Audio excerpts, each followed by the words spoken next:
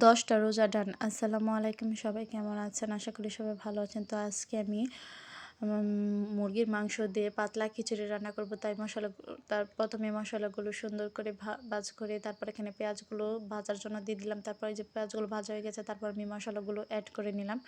এই তো মশলাগুলো দিয়ে সুন্দর করে কষিয়ে নিলাম। তারপর এখানে টমেটোগুলো ধুয়ে কেটে রেখেছিলাম, সেই টমেটোগুলো দিয়ে দিলাম। টমেটোগুলো সুন্দর করে কষিয়ে নেব। তারপর এখানে আমি মাংসগুলো অ্যাড করে দেব। এই তো আমি মাংসগুলো সুন্দর করে অ্যাড করে দিলাম। তারপর মাংসগুলো সুন্দর করে কষিয়ে নেব। কষানো হয়ে গেছে প্রায়। তারপর এখানে ধুয়ে রাখা চাল আর ডালগুলো অ্যাড করে দেব।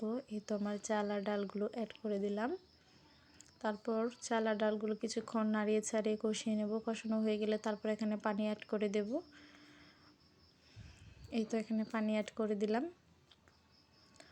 পরিমাণ মতো পানি অ্যাড করে দিয়ে তারপর এখানে খিচুড়িটা প্রায় হয়ে গেছে। আলহামদুলিল্লাহ, খিচুড়িটা অনেক মজা হয়েছিল। এই যে আমার পাতলা খিচুড়ি অনেক মজা হয়েছিল।